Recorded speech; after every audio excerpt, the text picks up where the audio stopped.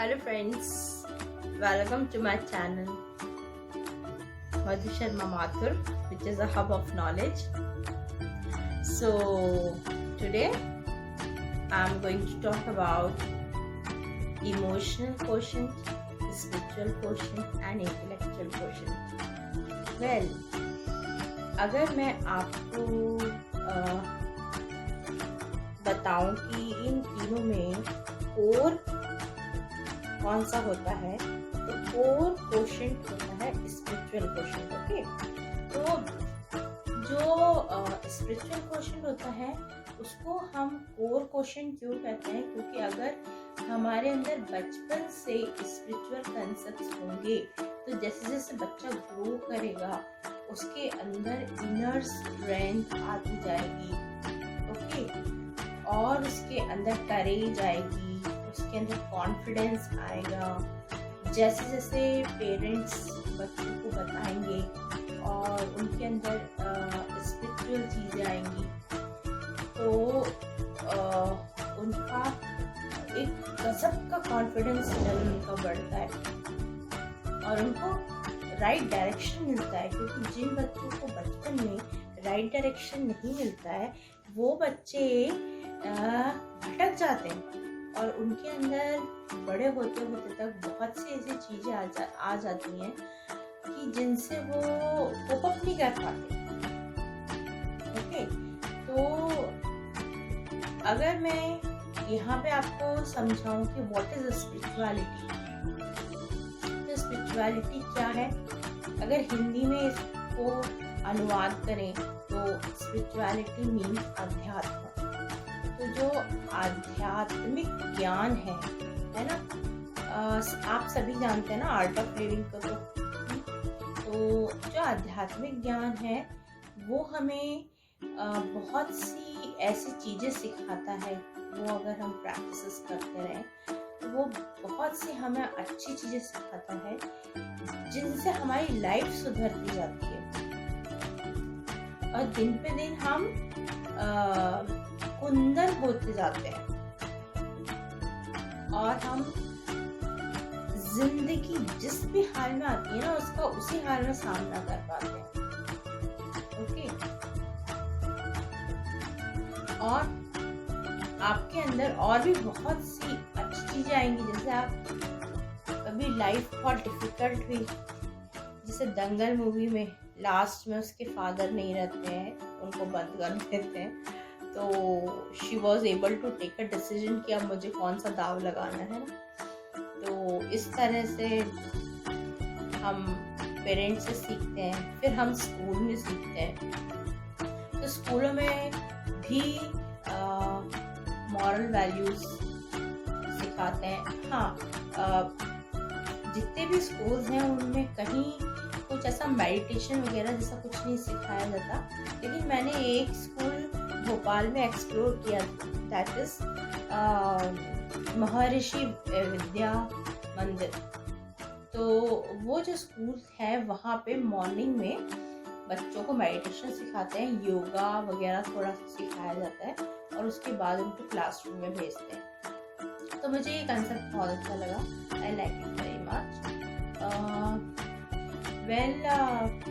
वो बचपन में वो नहीं सुनाते थे कहानियाँ पंचतंत्र की। इसी तरह से मैं कभी कभी ना अकेले में सोचती हूँ कि हमको अभी जैसे कोरोना काल में बहुत सारे अच्छे सीरियल्स भी आए हैं, जिसमें कि रामायण आया, तो राम जी का जो चरित्र है अब कलयुग में देखो सब जो है वो खत्म होता जा रहा है, कैरेक्टर क्या होता जा रहा है लोगों का, तो सीखें उससे। तो अगर बड़े हो जाते हैं ना, जब बच्चे बड़े हो जाते हैं ना आफ्टर 16 ईयर्स, तो उनको सिखाना बहुत मुश्किल होता है क्योंकि वो रिजिड हो जाते हैं।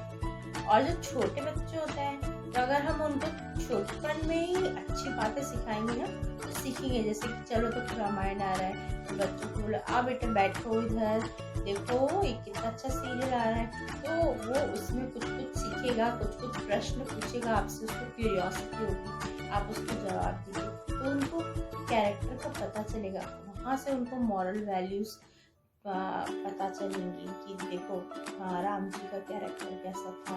तो इससे क्या होता है, और भी कितनी सारी अच्छी क्वालिटीज आती हैं अगर हम स्पिरिचुअलिटी को अपनी लाइफ में गेन करें। तो जैसे कि हम प्योर होते चले जाते हैं, निर्मल होते जाते हैं। सबसे बड़ी क्वालिटी होती है हमको लोगों को देना आता है ना। कुछ कुछ लोगों के अंदर इनबिल्ट होती है, लेकिन बहुत कम लोग हैं ऐसे। फिर जब प्रैक्टिस करने लग जाते तो हमें देना आने लगता है लोगों को। तो ये सब क्वालिटीज आती है स्पिरिचुअलिटी से। इसीलिए मैं कह रही हूँ कि स्पिरिचुअलिटी ही सार है तीनों क्वेश्चंस का, लेकिन वो सिखाया ही नहीं जाता, ना स्कूल्स में सिखाया जाता है ना कॉलेज में सिखाया जाता है। ओके, तो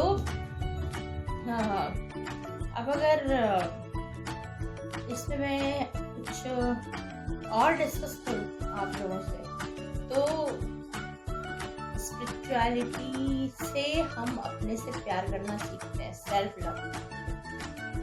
इससे हमको सेल्फ एस्टीम, सेल्फ रिस्पेक्ट, ये सब चीजें हमारे अंदर आती हैं और हमें घना वृक्ष बनते चले जाते हैं। जब हम घना वृक्ष बनेंगे तभी तो लोग दूसरों को छाया देंगे ना। अगर हम खुद ही घना वृक्ष नहीं बन पाए तो दूसरों को छाया कैसे देंगे। इसीलिए हमें बहुत एफर्ट्स करने होते हैं। तो आप किसी भी चीज में, चाहे आप रामायण पढ़ें, रामचरितमानस पढ़ें, रामायण देखें, या विष्णु पुराण अभी आया था वो पूरा देखें, या आप भगवद गीता देखें या भगवद गीता का ज्ञान देखें, या फिर आप आर्ट ऑफ लिविंग में एक्सप्लोर करें कुछ, या फिर और भी बहुत सारी साइट्स हैं आध्यात्मिक जिन पे आप एक्सप्लोर कर सकते हैं।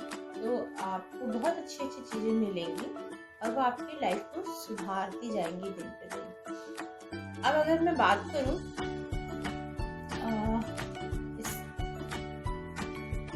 इंटेलेक्चुअल क्वेश्चन, तो इंटेलेक्चुअल क्वेश्चन बेसिकली ज्ञान से रिलेटेड है ना। तो ये यहाँ पे जो हमारा आद्य चक्र है ना, ये जब इन्वोक होता है तो हम बहुत अच्छी अच्छी बातें करते हैं, इंटेलेक्चुअल बातें करते हैं। और ये इन्वोक होता है मेडिटेशन करने से। और हमारे 7 चक्रास हैं बॉडी में, जब वो इन्वोक होते चले जाते हैं वो ऑटोमेटिकली पर्सन बहुत अच्छी बातें करने लग जाता है। तो आज मैं सारे चक्रास से बिगड़ने से क्या होता है, पॉजिटिव होता है तो क्या होता है, वो इस पे मैं डिस्कस नहीं कर रही हूँ। मैं सिर्फ ये बता रही हूँ कि इंटेलेक्चुअल चक्र यानी कि ये जो आद्य चक्र है ये इन्वोक होता है तो हम बहुत अच्छी बातें करते हैं और ऐसे लोग बहुत अच्छी अच्छी हाई पोस्ट पे होते हैं। This is about intellectual. अगर मैं इमोशनल क्वेश्चन की बात करूँ तो जो लोग बहुत ज़्यादा इमोशनल होते हैं, बहुत ज़्यादा सेंसिटिव होते हैं, वो छोटी छोटी बातों में उनको रोना धोना ये सब वो करने लग जाते हैं, या फिर वो घर के लोगों को जाकर अपन कैसा फील कर रहे हैं, क्या कर रहे हैं, वो बोल के उनको सुनना नहीं है लेकिन जबरदस्ती सुनाते हैं, उनको परेशान करते हैं। तो हम अपने आप को ना बैलेंस नहीं कर पाते। जब हम इमोशनली बहुत वीक होते हैं तो हम अपने आप को ना बैलेंस नहीं कर पाते। तो हमें इमोशनली स्ट्रांग होना चाहिए, लेकिन फिर वही बात, बहुत हाईली प्रैक्टिकल भी नहीं होना है, क्योंकि आप बहुत हाईली प्रैक्टिकल हो जाओगे तो जिंदगी को जी नहीं पाओगे। लाइफ जो है ना वो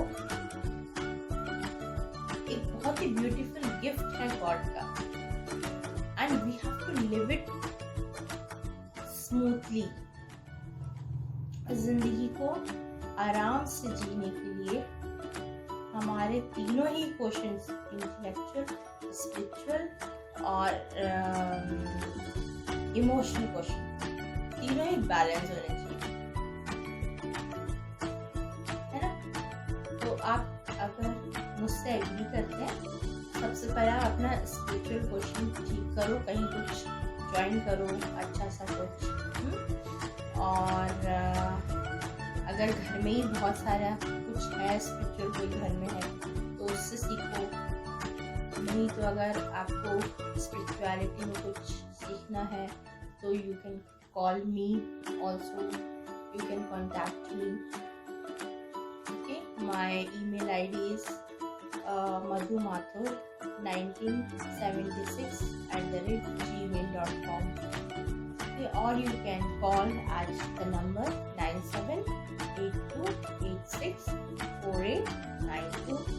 तो आप मुझसे कांटेक्ट कर सकते हैं, मैं आपको काफ़ी कुछ सिखा सकती हूँ, क्योंकि मैं इस बात पे 2003 से चल रही हूँ। सो मैं इमोशनल क्वेश्चन की बात कर रही थी। तो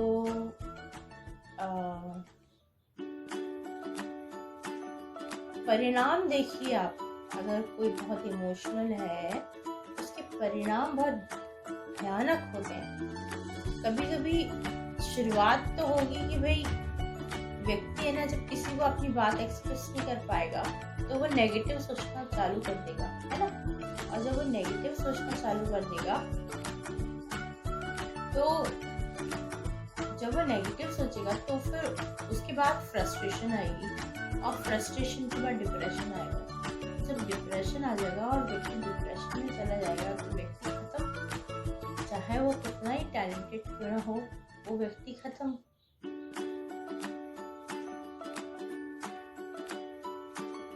तो हेल्थ इज वेल्थ, इसलिए प्लीज जो भी प्रॉब्लम्स होती हैं वो पहले डिसीजेस कहाँ से आती हैं, वो साइकोलॉजिकली आती हैं अंदर से। पहले वो अंदर उपजती हैं और फिर उसके जो रिजल्ट्स होते हैं ना, जब वो बाहर आते हैं तो वो बॉडी पे आते हैं, तब वो हेल्थ इश्यूज बन जाते हैं, तो वो डिसीज में कन्वर्ट हो जाती है। तो इसलिए ऐसा नहीं, आप ऐसा मत समझिए कि मतलब दूसरी चीजें जो आप खाने पीने में गलत कर रहे हैं उसके कारण आपको हेल्थ इश्यूज हो रहे हैं। हेल्थ इश्यूज जो होते हैं वो साइकोलॉजिकली भी होते हैं। इसलिए मैं आपको एक मैसेज देना चाहूंगी आप सभी को कि आप सभी लोग है ना,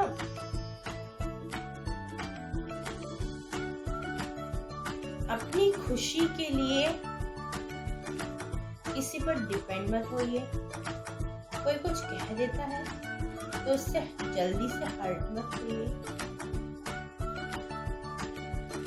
किसी से बहुत ज्यादा एक्सपेक्टेशंस मत रखिए।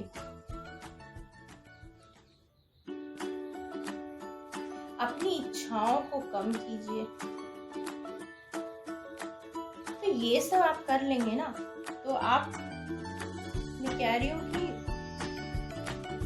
आप जिंदगी में जीत जाएंगे और खुश रहना सीख जाएंगे। लोग खुशियाँ बड़ी बड़ी चीजों में ढूंढते हैं, खुशियाँ बड़ी बड़ी चीजों में नहीं, छोटी छोटी चीजों में होती है।